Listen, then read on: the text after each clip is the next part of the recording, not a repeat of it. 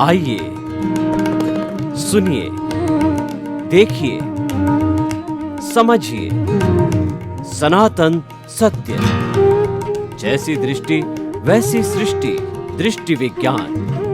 कुदरत, कुदरती रचना एवं कुदरत के कानून से शाश्वत सुख की प्राप्ति।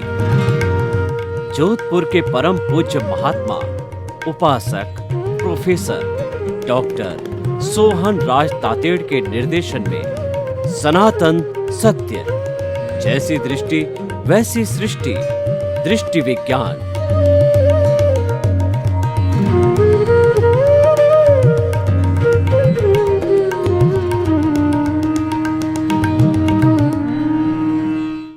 भाई और बहनों, आज का बहुत सुंदर विषय व्यवहार जगत एवं निश्चय जगत।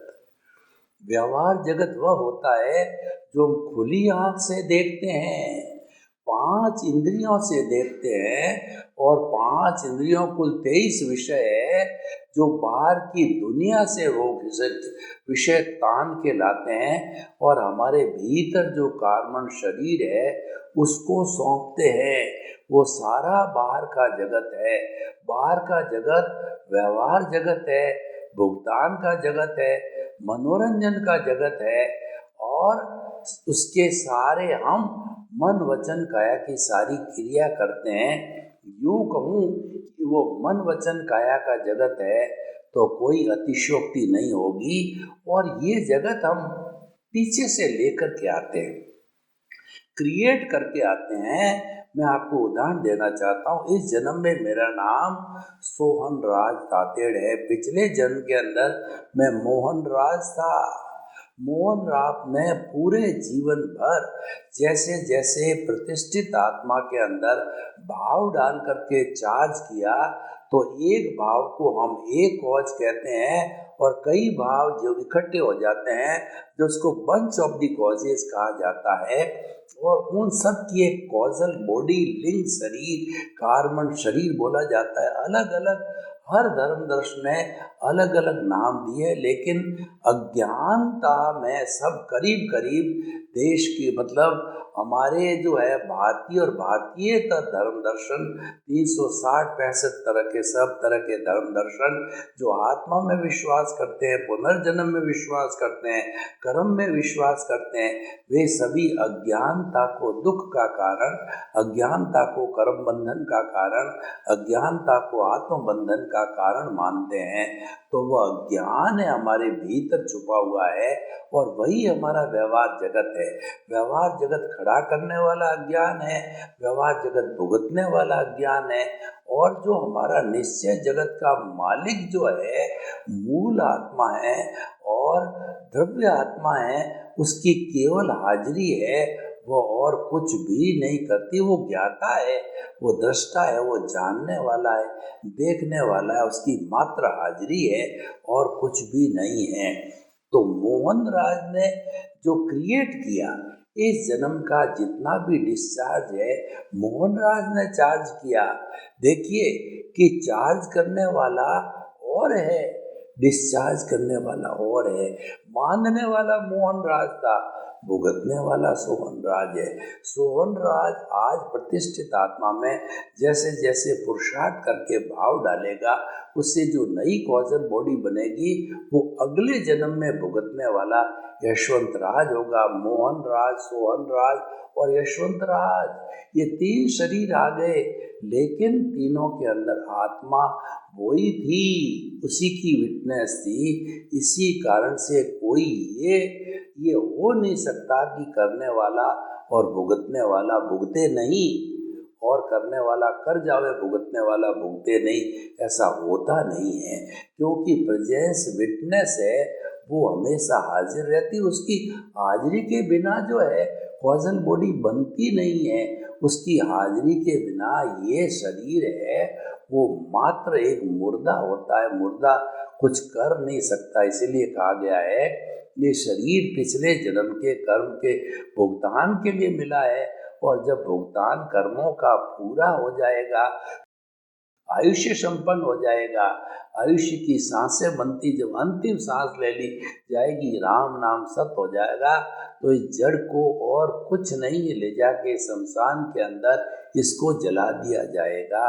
इसीलिए ये जो जड़ है ये नाशवान है, ये टेम्परेरी है, और जो हमारा व्यवहार जगत वाला जो मालिक है निश्चय जगत का, वो परमानेंट है, वो अनंत ज्ञान वाला, अनंत दर्शन वाला, अनंत शक्ति वाला, अनंत सुख का धाम है। ये हमको समझना चाहिए। और देखिए, मुक्ति में जाने वाला कौन है? मुक्ति में जाने वाला निश्चय जगत का मालिक है, मूल आत्मा है, जो कि ऑलरेडी मुक्त अवस्था में है और वह कुछ नहीं करता है, वो केवल प्रेजेंस है। और उसकी प्रेजेंस कितनी महत्वपूर्ण मैं आपको बताता हूँ कि मूल आत्मा को, द्रव्य आत्मा को मैं एक मानता हूँ। अब उसके पीछे मैं 0 लगाता हूँ। पहला 0 धन दौलत का, दूसरा 0 पद प्रतिष्ठा का, तीसरा 0 आपकी जो है वो चल संपत्ति का, चौथा 0 अचल संपत्ति का, पांचवा 0 आपकी शोहरत का, छठा 0 आपके वैभव का। अब देखिए, पहला जो गुणा हुआ 0 लगा, 10 गुणा, दूसरे के बाद 100 गुणा, फिर उसके बाद में 1000 गुणा, उसके बाद में 10,000 गुणा, लाख गुणा, करोड़ गुणा। यानी ये गुणित कब होता है?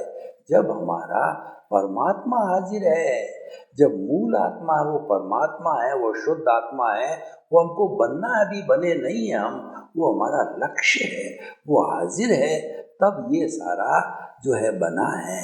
तो इसीलिए अब मैं क्या करता हूँ कि इस परमात्मा मूल आत्मा एक को काट देता हूँ, तो पिछले जो 6 0 लगाए थे वो बिग 0 हो जाएंगे, उसकी कोई वैल्यू नहीं।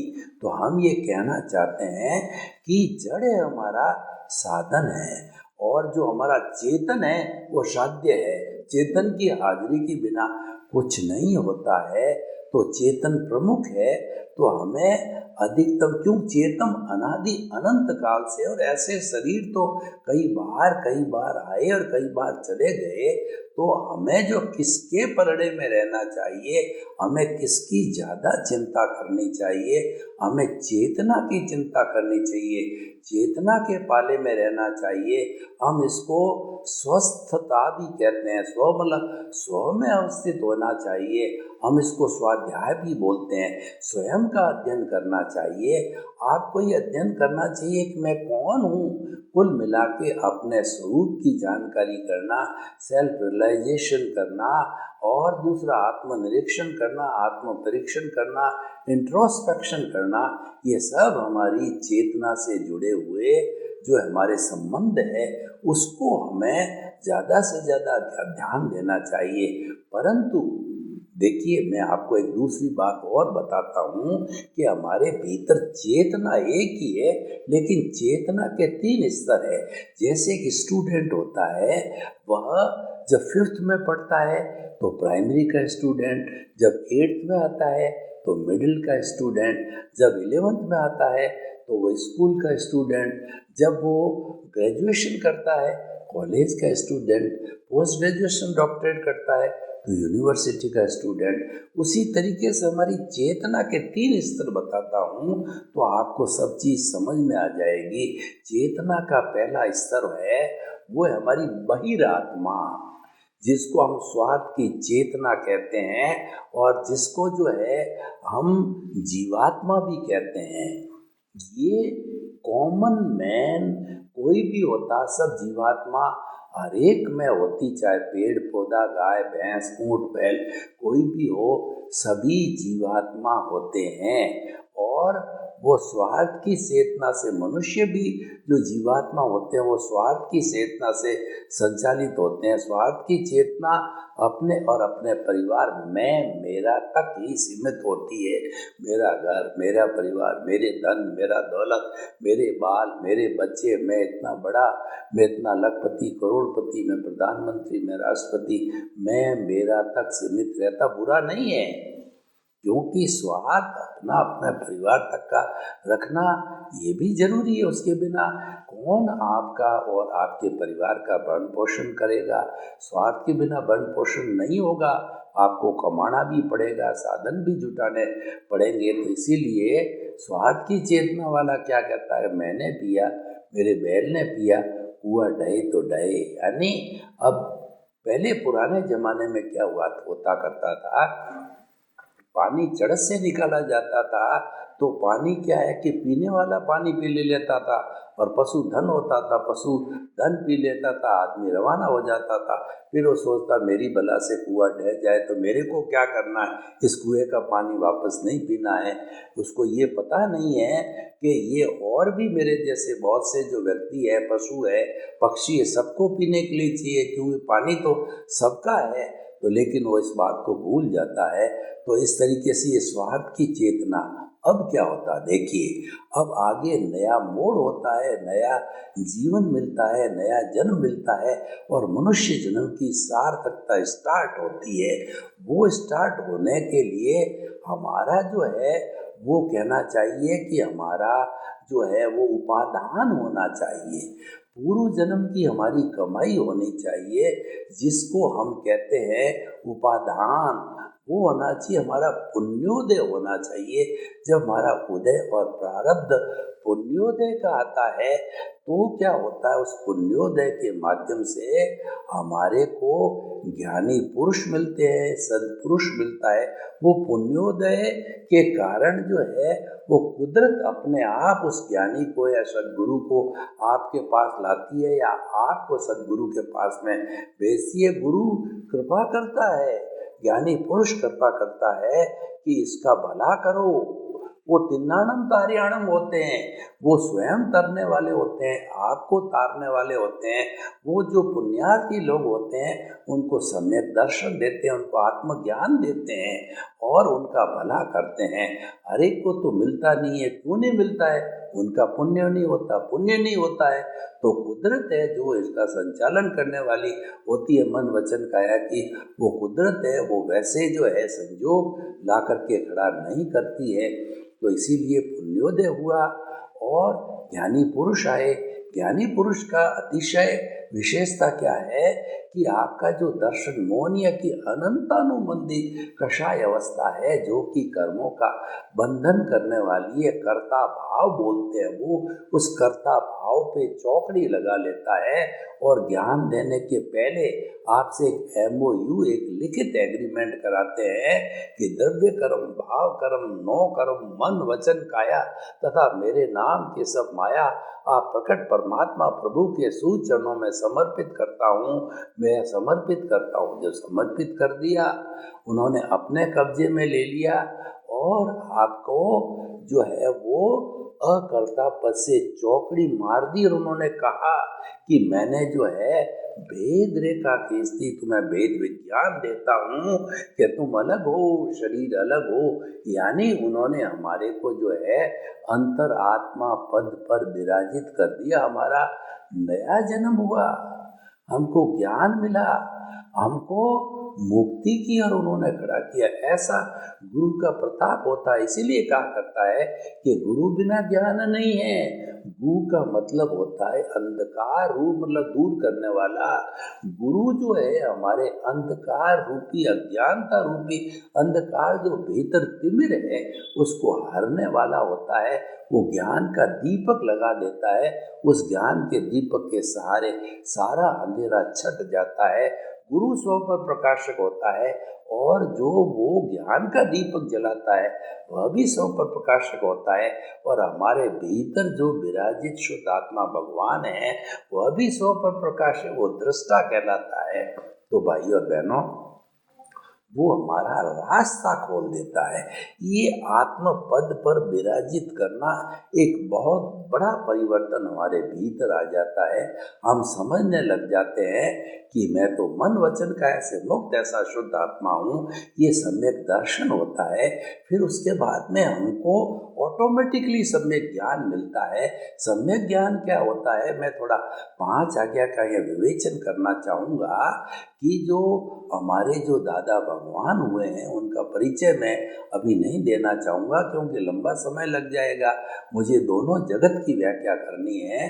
तो दादा भगवान ने 5 आज्ञा, एक सुरक्षा कवच दिया, और ज्ञान देते समय उन्होंने जो हमको वेद विज्ञानी बताया, हमें आत्मा और अनात्मा को अलग करके बता दिया, और हमें जो कहा कि तुम 5 आज्ञा में हमेशा रहोगे, और उसके साथ साथ में हमको 3 गिफ्ट के पैकेट दिए, प्रीति जागृत, प्रीति जागृति अनुभव, 3 आयाम दिए कि तुम 5 आज्ञा और इन 3 आयाम से जो है आप में प्रीति 100% बने, तुम्हारे भीतर ही अनुभूति बिठा दी है कि तुम शुद्ध आत्मा हो, मन वचन काया से मुक्त, ऐसे शुद्ध आत्मा हो। प्रीति हमने तुम्हारे भीतर कर दी है, और तुम्हें दूसरा जो है जो आयाम दिया है वो जागृति का 15% जागृति करके दे दिया, आपको नींव लगा के दे दिया है। 100% प्रीति, 15% जागृति, 2% अनुभव, ये सारे त्रिआयामी जो है त्रिरत्न हमको दिए हैं, और कह दिया है कि 15% तुम्हारे को जागृति दी है। अब तुम पुरुषार्थ करो, लक्ष्य बढ़ाओ, जागृति करो, रियल पुरुषार्थ करो।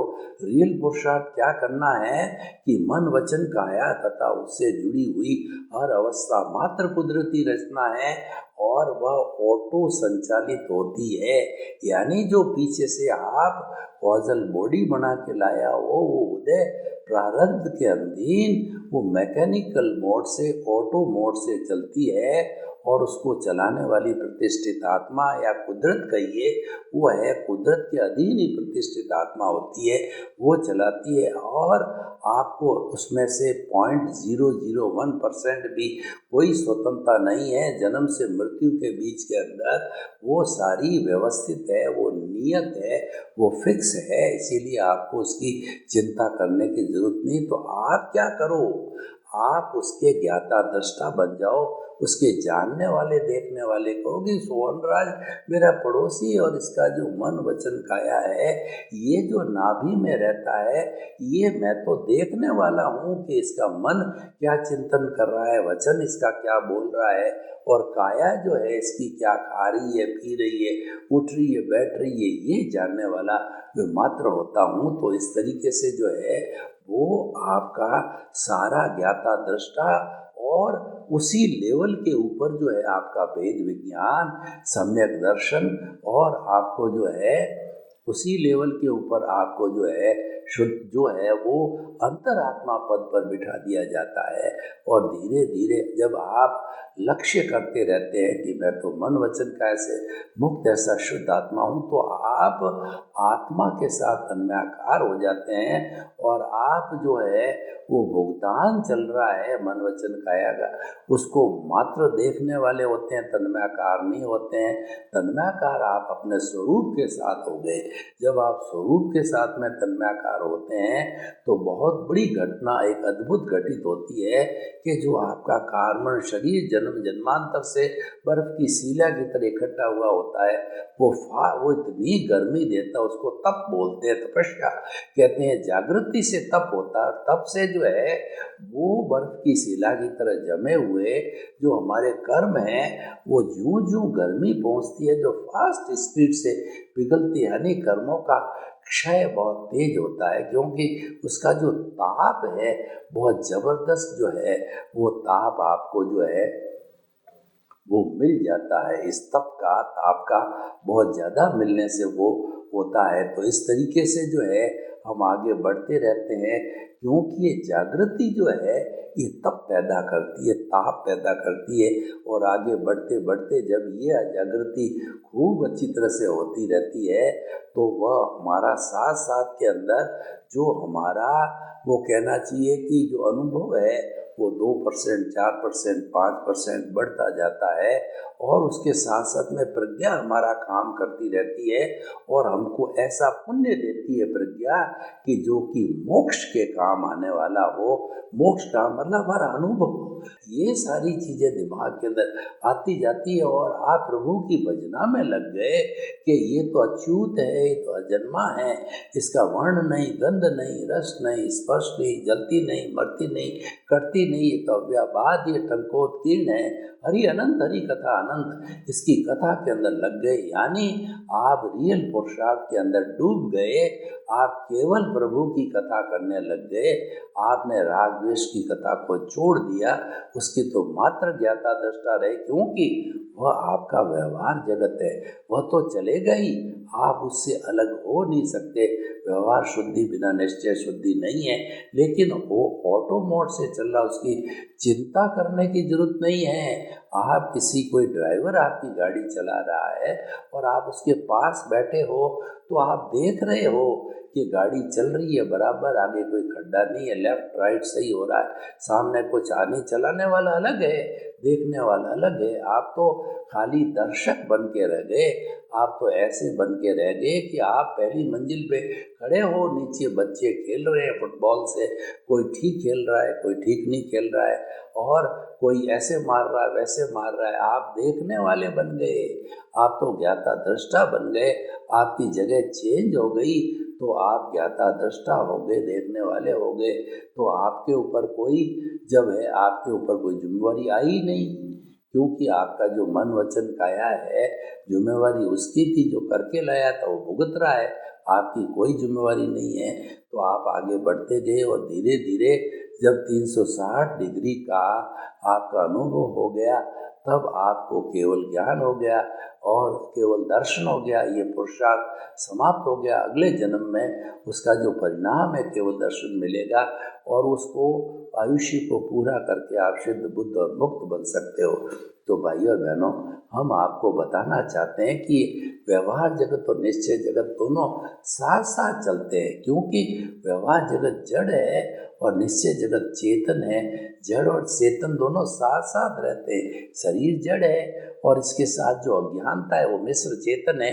वही प्रतिष्ठित आत्मा है, वही खेल खेलती है, वही कर्मों का चार्ज करती है, वही डिस्चार्ज करती है, वही भाव डालती है, और वह उसी पर ही प्रज्ञा काम करती है, उस पर ही अज्ञा काम करती है।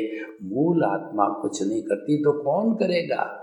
चेतना बिना तो हो गया नहीं। ये चेतना अपनी ये जो मिश्र चेतन बनाती है इस प्रतिष्ठित आत्मा को। प्रतिष्ठित आत्मा एक बड़ी वैज्ञानिक खोज है दादा भगवान की, कि आखिर ये सब करने वाला कौन है।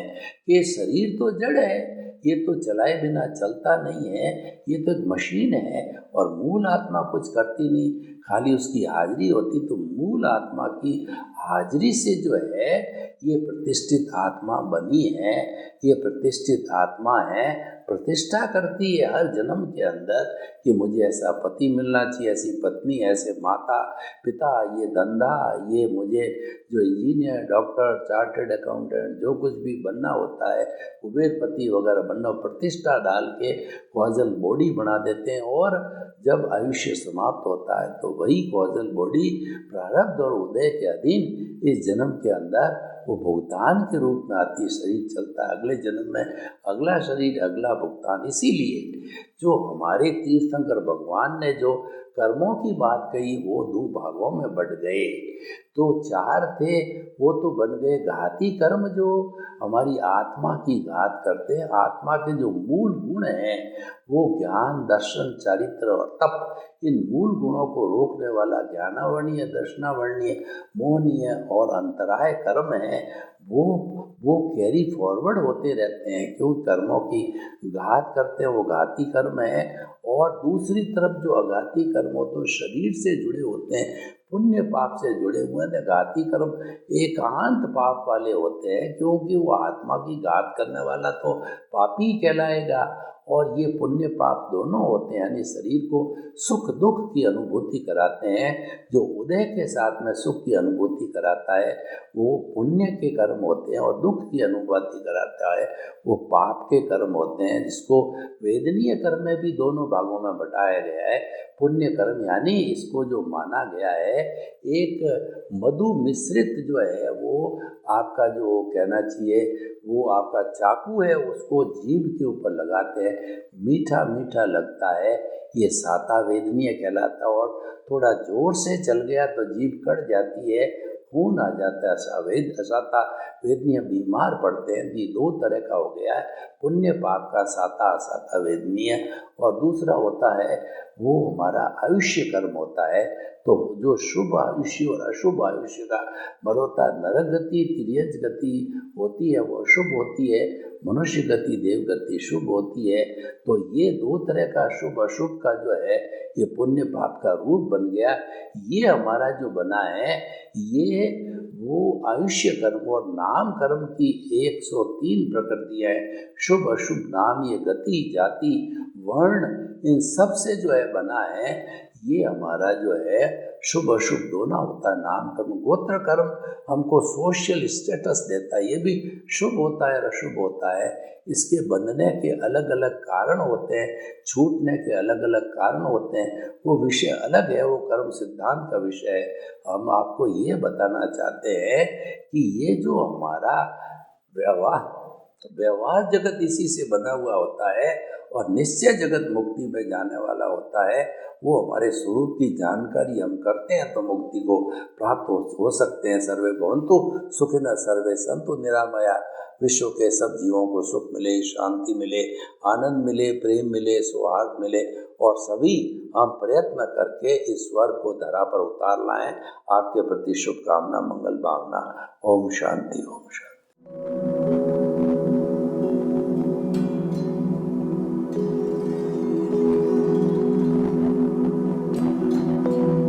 एक ऐसा अंतर्राष्ट्रीय ख्याति प्राप्त मानव जो गुरु प्रेरणा से पिछले 20 वर्षों से वानप्रस्थ जीवन जीते हुए 24 घंटे मानवता की सेवा में संलग्न है।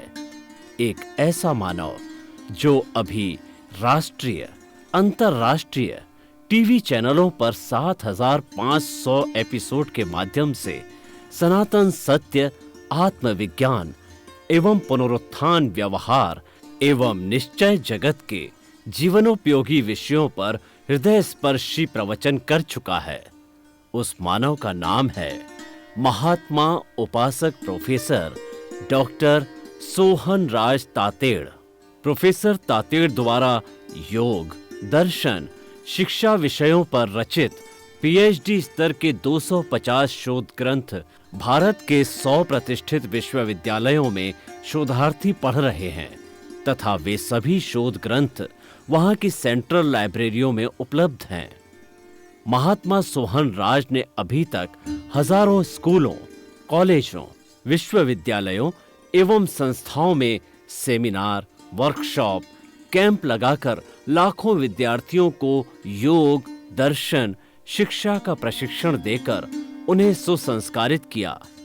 डॉक्टर तातेड़ ने भारतीय संस्कृति उत्थान के 4000 से अधिक समसामयिक विषयों पर आर्टिकल लिखकर ऑनलाइन जर्नल, पत्रिकाओं, वेबसाइट्स पर प्रकाशित किया, जिसका उपयोग लाखों पाठक कर रहे हैं। उपासक तातेड़ के 5000 से अधिक आज का सुविचार, आज का शुभ संदेश, आज का मंगल भावना योग आदि चिंतन websites, Twitter, blogger, Facebook, YouTube माध्यमों से लाखों लोग अपना जीवन निर्माण कर रहे हैं। मानवता के मसीहा ऐसे महामानव महात्मा सोहन राज तातेड़ के प्रोफाइल को अभी तक विश्व के 20 लाख दर्शक यूट्यूब पर, 12 लाख गूगल पर एवं लाखों दर्शक फेसबुक, ब्लॉगर, ट्विटर और इंस्टाग्राम पर देख चुके हैं।